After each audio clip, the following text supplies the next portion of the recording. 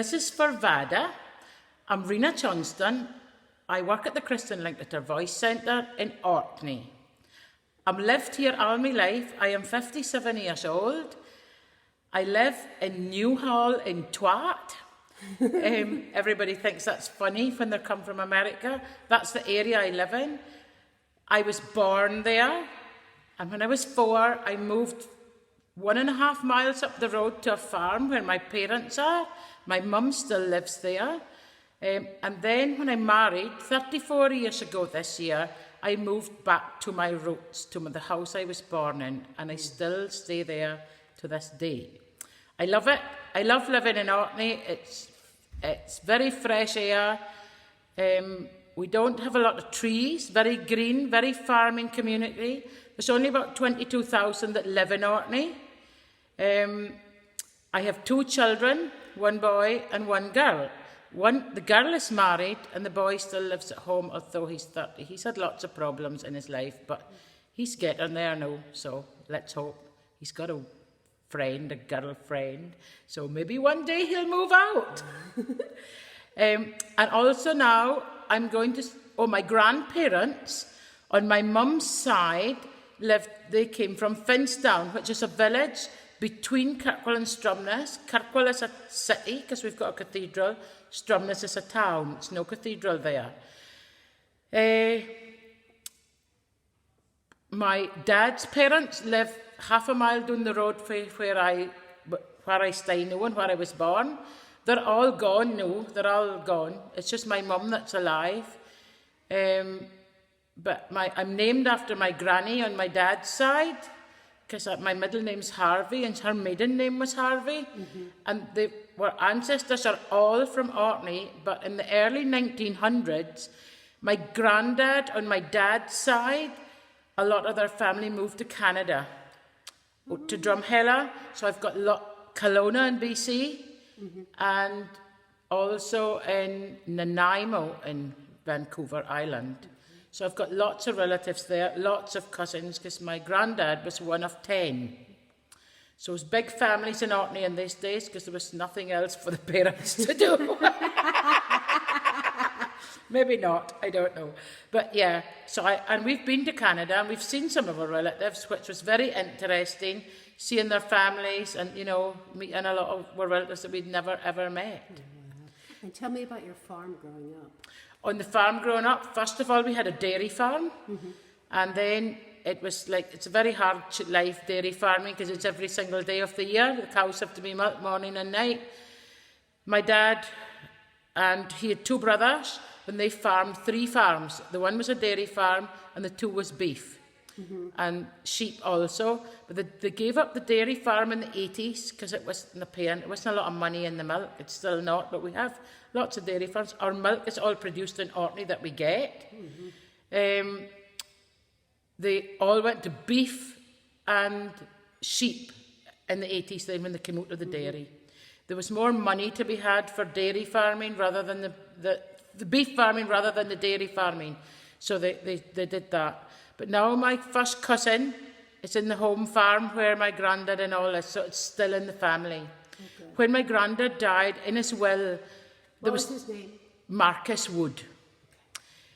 He left in his will, he parted out the 3 farms. The youngest son got the farm where the home farm was, which was very unusual because it was always the oldest that usually got. My dad was the oldest. We went to the farm where Mum still is today, and it's called North Unigarth. What does that mean? Well, it's just, I don't know what it means. Garth means home. What does it Well, I just think it's like north. It is in north of the island. Mm-hmm. It's not far from here. You can see my mum's place from the centre. You can see it from just over there, yeah. And then my second uncle, he had Pow, and you can also see that from here.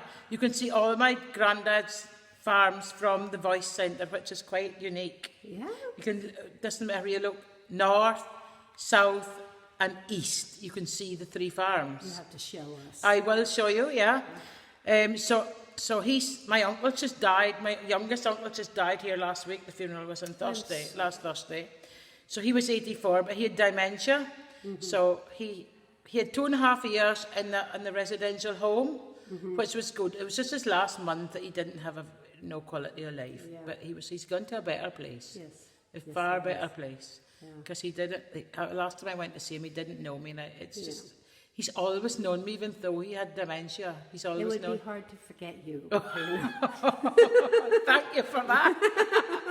So yeah, that's my ancestors. And on my mum's side, she was the only daughter, and she had 4 brothers. She's only got 1 brother left. Oh. Her and the middle ones. How young is she now? My mother is 83. She's going to be 84 in June. Because she lives on her own. She can still drive. She doesn't go far. She's got COPD, so that doesn't do good for her breathing. But she can manage. Yeah. So that's all she needs to do is manage. She can go to the shop and go to the post office. And I attend her. I do her shopping and things there. And you take care of a lot of people. Really. Yeah, I do. Yeah, but I tell her that's only set. I don't want to do any personal care for her. Yeah. I've told her that already. If time comes, I'm not doing that. No. But I'll do anything else to help her. But no personal care. It's just not for me. No. And of course, there are people who do that very well. Yeah. And I'm not one of them. I'm with you.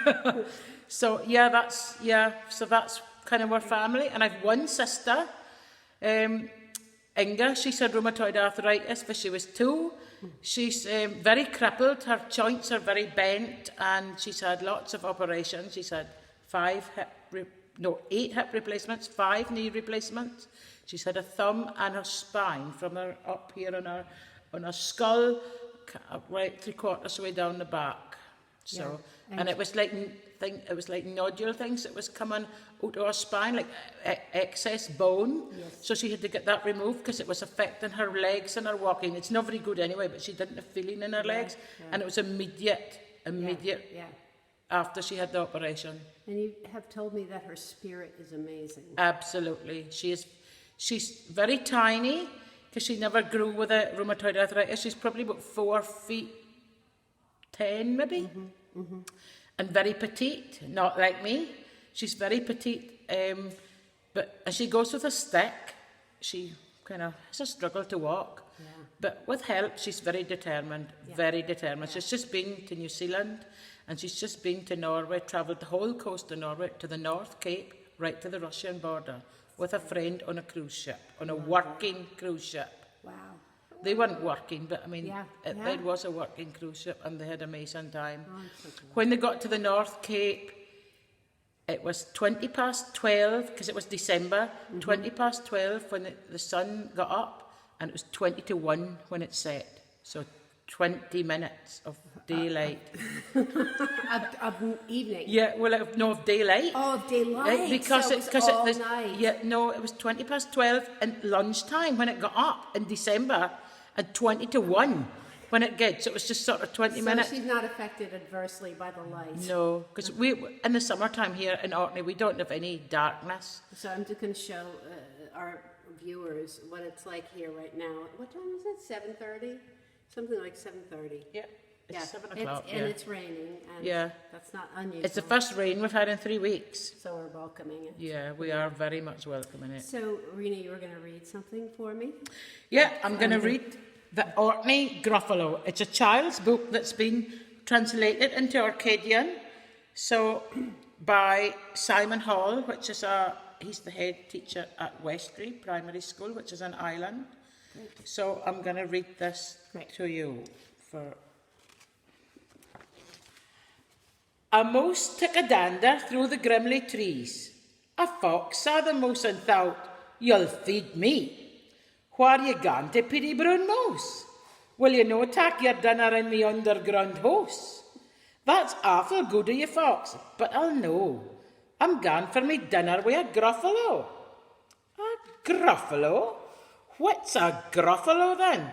A Gruffalo boy, do you know ken? He has muckle long tusks and muckle great paws, and muckle sharp teeth in his muckle strong jaws. Where are you meeting him? At these stones right now, and his favourite food is hot fox stew." "Hot fox stew? Like you boil in a pot? Cheerio, pretty mouse," and away fox shot. Silly old fox. He's daft, does he know? There's no such a thing as the Gruffalo. The mouse took a dander through the grimly trees. A catty fish saw the mouse and thought, you'll feed me. Where are you gone to, pitty brown mouse? Will you no have your tea in me tree-top house? That's awful good of you, catty fish, but I'll know. I'm gone for me tea with a Gruffalo. A Gruffalo? What's a Gruffalo then? A Gruffalo? What? Do you know, Cain? He has knobbly knees, and each toe has a hook, and on the end of his nab is a bale and pluck. Where are you meeting him? Here by this water. His favourite food is catty face and batter. Catty face and batter, that fills me with dread. See you after, pitty mouse, and away he gaed. Silly catty face, he's daft, does he know? There's no such a thing as a Gruffalo. The mouse took a dander through the grimly trees. A snake saw the mouse and thought, you'll feed me. Where are you gone to, pitty brown mouse? Come ben for some meat in me rickly old house. That's awful friendly o' you, snake, but I'll know. I'm gone for some meat with a Gruffalo. A Gruffalo? What's a Gruffalo then? A Gruffalo boy, do you know, Cain? His eyes is orange, his tongue is black, and there's purple prickles all over his back. Where are you meeting him? At this loch side. And his favourite food is snake deep fried. Deep fried snake? Oh, you're off your head. Cheerio, pretty mouse, and away snake gaed. Silly old snake, he's daft, does he know? There's no such a thing as a Gruffalo. Oh, but what's this beast with long tusks and coarse paws? And muckle sharp teeth in his muckle strong chaws. He has knobbly knees, and each toe has a hook, and on the end of his nab is a bale and pluck. His eyes is orange, his tongue is black, and there's purple prickles all over his back. Oh heavens, oh hell, tell me it's no, but I doubt it is, the Gruffalo. Oh.